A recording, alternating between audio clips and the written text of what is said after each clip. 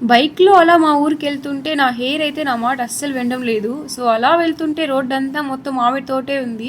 మొత్తం చిగురొచ్చి చూడ్డానికైతే చాలా బావుంది. అలా వెళ్తుంటే ఇంక కాపల దగ్గరైతే గేట్ పడిందనమాట.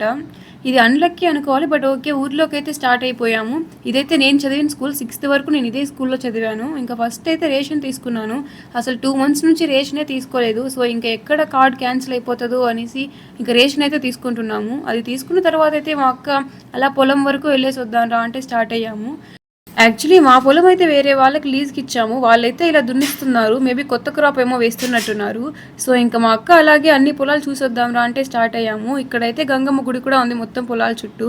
మా అక్కని మొత్తం బంటిలు తిరుగుతున్నాయంట కదా! అటాక్ చేస్తున్నాయి. ఇప్పుడొస్తే ఏం చేస్తావు అంటే, నిన్నొదిలేసి స్కూటీ యేసుకొని పరిగెడతాను అని చెప్తుంది. ఇంత దారుణంగా మాట్లాడుతుంది అసలు మా అక్క.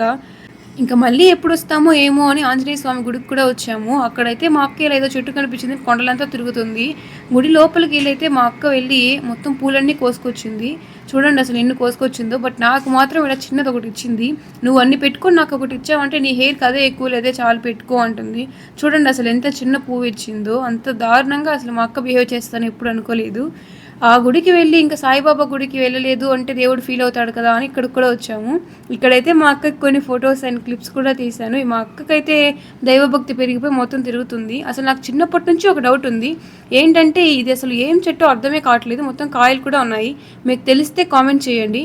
ఇంకా ఇంటికైతే వచ్చేసాము. యాక్చువల్లీ కాలేజ్కి వెళ్ళకూడదు అనుకున్నాను. కానీ కరెంట్ లేదు, ఫోన్లో ఛార్జింగ్ లేదు, నిద్రపోదామంటే నిద్ర రాదు. సో, అందుకని ఇంకా కాలేజ్కి అయితే స్టార్ట్ అవుదామని అనుకుంటున్నాను.